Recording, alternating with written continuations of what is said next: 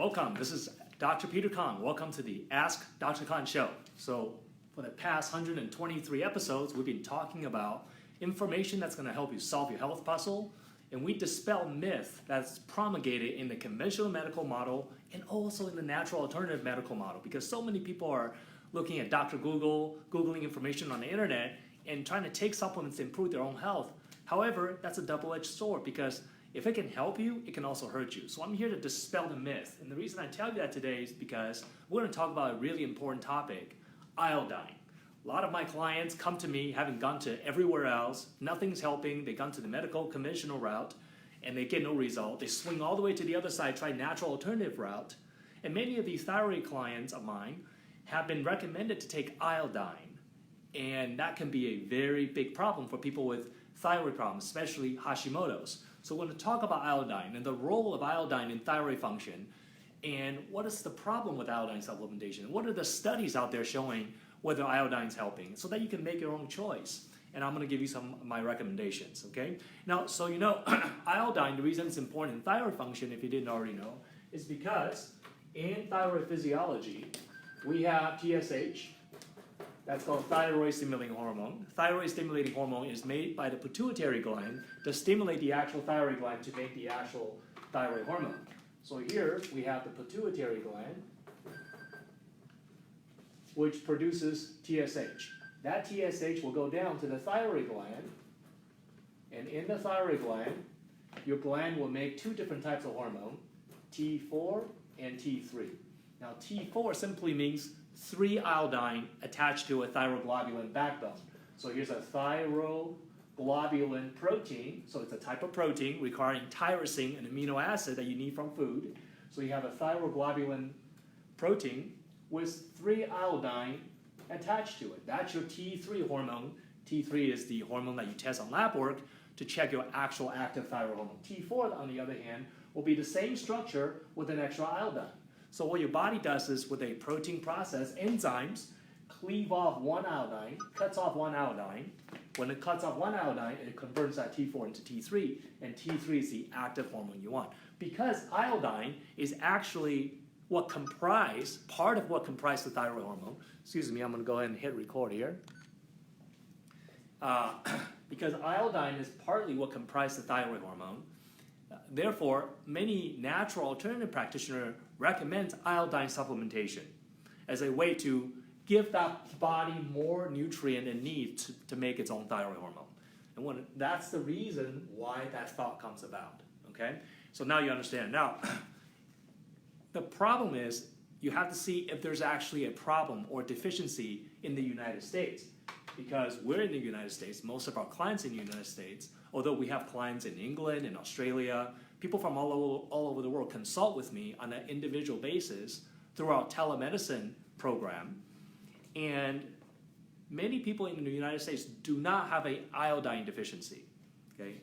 Now, dietary iodine intake, how much iodine do you need to make thyroid hormone on a daily basis?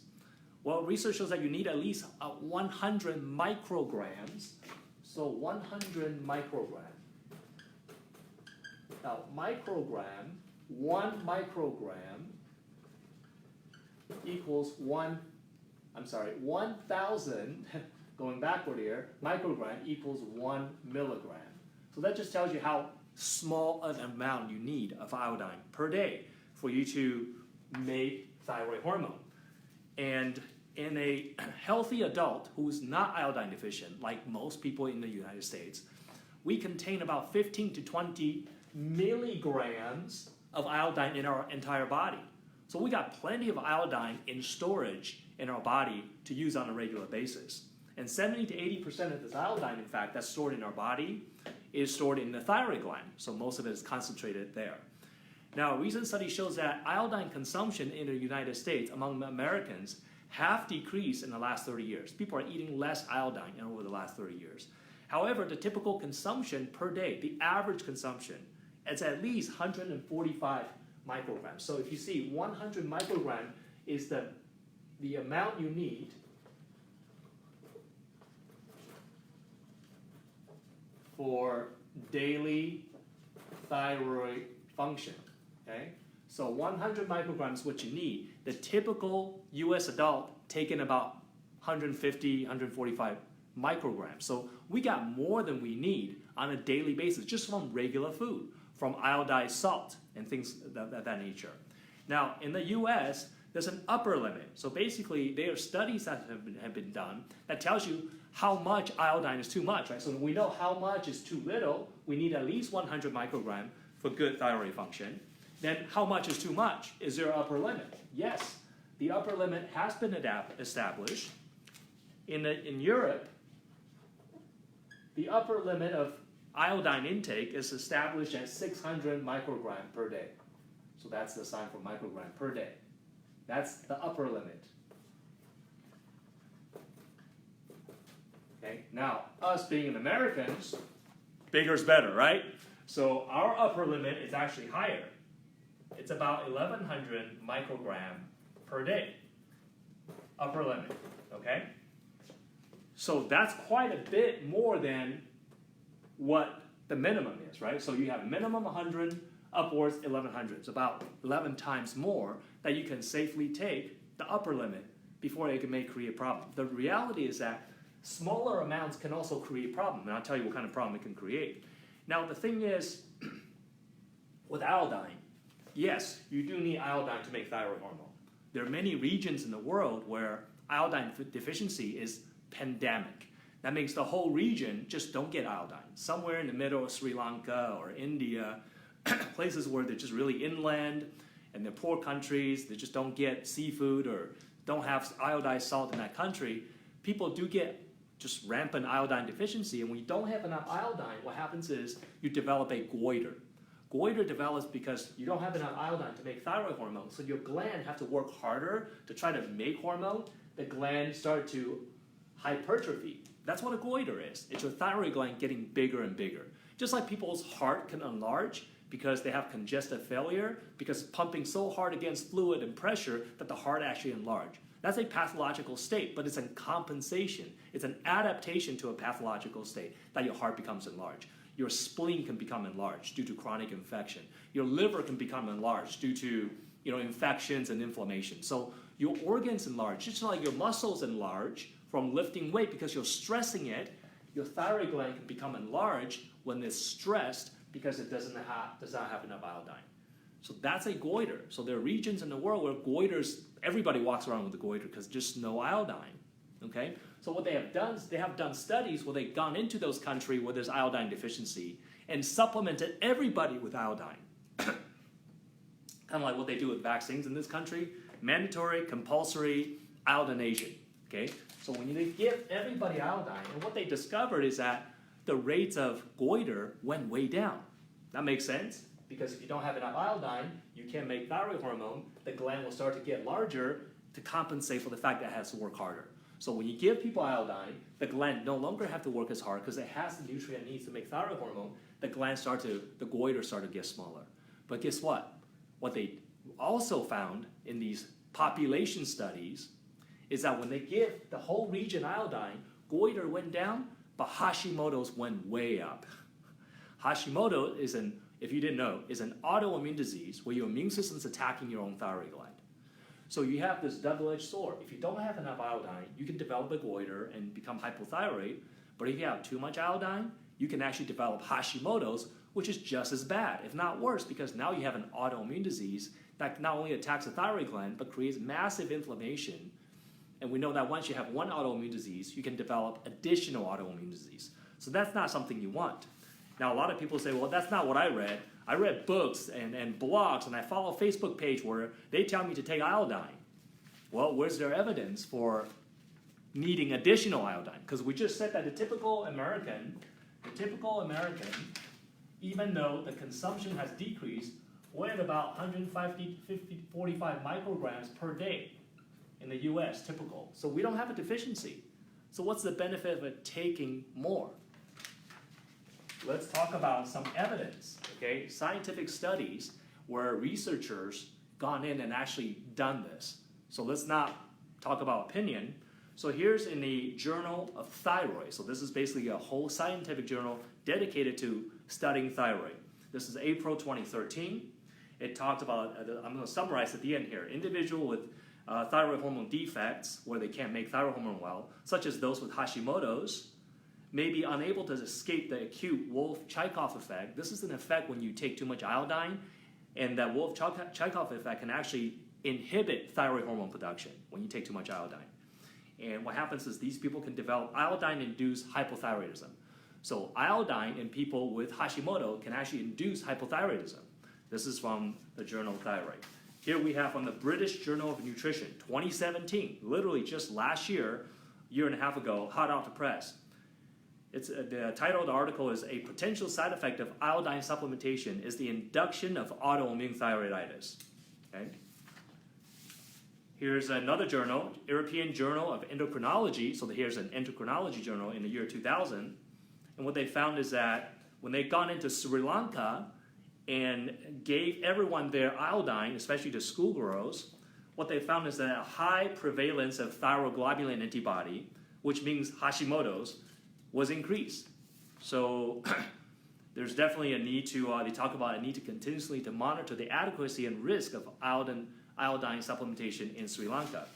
Here is in the journal Hormones in 2007, study of thyroid disease in Greece, when they gone in and give everybody iodine in Greece, and what they saw is that changes in from goiter to autoimmune Hashimoto thyroiditis. Here is the journal Public Health Nutrition in 2007, talked about a study in Poland that found an increase in thyroglobulin or TPO antibody, which is the marker that you test in blood for Hashimoto's, which is what we check all the time in our office. They found an increase from 4.9% pre-iodine supplementation to this population in Poland, from 4.9% up to 12.1% of people have Hashimoto's. This is more than double of people that get Hashimoto from taking iodine.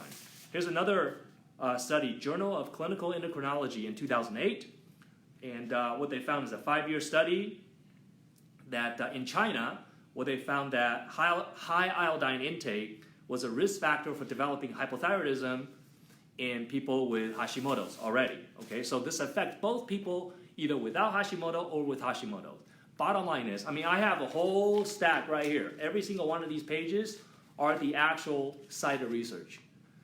And worldwide studies, there's at least 30 to 40 that shows iodine supplementation. Here's another one, Denmark. In 2011, they study in Denmark, hypothyroidism become more common with iodine supplementation. Here's another study in Croatia. It shows that a gradual increase in the incidence of Hashimoto's with increase in salt iodination in 1999. So it just goes on and on and on. Now, there's a couple of studies that kind of shows the opposite. That shows, hey, when you take iodines, it actually was no effect, or we actually improve some function. But that's 2 or 3 studies versus 30 to 40. So every one study that says iodine may be helpful, there are 10 studies that shows iodine causes more problem. So when you look at evidence like that, you can't just somebody wrote a book. Well, they may be very biased, right? This is a cognitive bias. They may be biased toward iodine. They think iodine is the bomb, and literally is the bomb, because it'll just bomb your thyroid. It'll trigger Hashimoto autoimmune, and you don't need that, okay? So a lot of people who will put out blogs, and they're just using this traditional folklore model of, iodine is good for the thyroid because your thyroid hormone is made of iodine, so you must take iodine for you to overcome your thyroid condition, when in fact, research points the otherwise. So I get a lot of questions about whether I should take iodine. Hey, my doctor telling me to take iodine. Should I be taking iodine? I just figure, let's settle it once and for all so you can hear it from me, and with research, that's a problem. Now, some people ask, hey, what about kelp? What if I take kelp supplements or seaweed? Is that going to be a problem? I think if you eat seaweed, it's not as much of a problem. However, if you overconsume seaweed, daily basis, copious amounts, lots and lots of it, that may become a problem. What about kelp supplementation? The problem is that they have done studies on this, okay, where they found that short-term dietary supplementation with kelp significantly increases TSH. Now you say, increase TSH, that's good, right? No. TSH, remember, is a pituitary hormone. It's the hormone that tells the thyroid gland what to do. When you have high TSH, That's an indicator of hypothyroidism. See, high TSH means you have low thyroid function. It's the opposite. So kelp supplementation in studies have shown to increase TSH, which means make you more hypothyroid.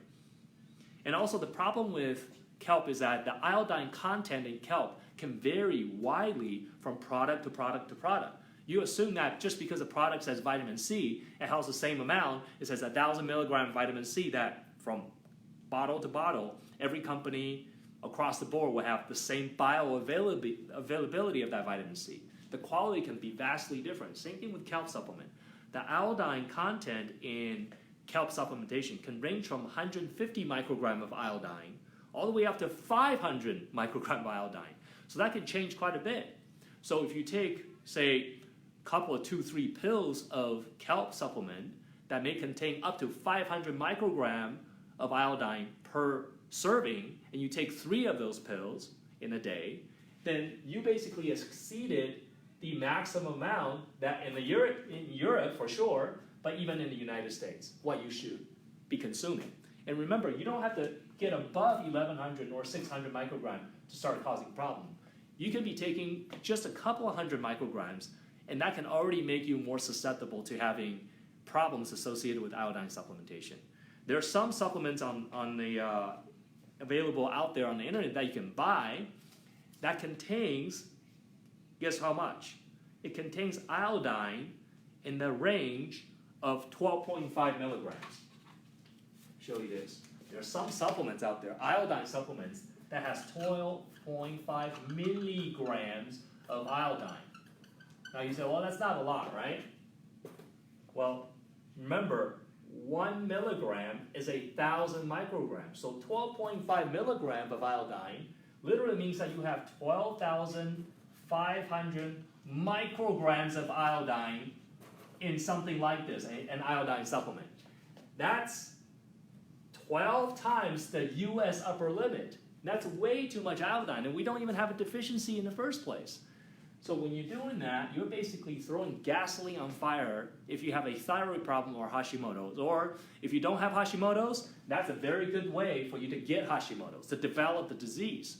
So when you see natural healthcare practitioners giving people iodine as a supplementation, you really start to wonder, what is the rationale? What are they thinking? What's their clinical thought process? And we have to start to do the right things for the right reason, understand physiology, and that's why my video gets so many views on YouTube and Facebook, because I draw stuff out, I make sense for you, and I dispel the myth that you can just take any random supplement. People always ask me, hey, what supplement do I take for this? I don't know what supplement you take for whatever you got. It depends on what's causing the problem. Supplements are tools that you use depending on what the problem is. And you can't just match your symptom to a supplement. Hey, I have a thyroid problem, so what's the supplement I take for the thyroid problem? There's no such thing. There is just, what's the root cause of your thyroid problem? Is it due to Hashimoto's?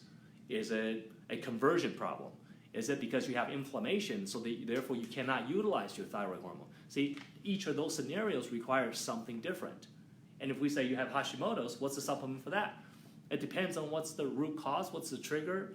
It's a holistic picture, and that's why you need to work with a professional like myself that can run the right tests, that will listen and connect the dots, a detective, someone who cares about the outcome and want to do the right things for the right reason, will teach you how to manage your condition for the rest of your life. That's how you get true health. If you're interested in that process, feel free to message us on Facebook. We can get you set up for a 15-minute consultation with one of my team to see if our program can help you. In the meantime, please like and share this video because it's so important. So many people are taking supplements that simply hurts them. So please like and share this video. It's so important that you want to spread this to as many people as possible. And we also have videos available on YouTube that you can watch. There's over 500 videos there. And I'll put the link to our YouTube channel on this page as well. So in the meantime, thank you so much for watching, and we'll see you next week at the Ask Dr. Khan Show. Take care.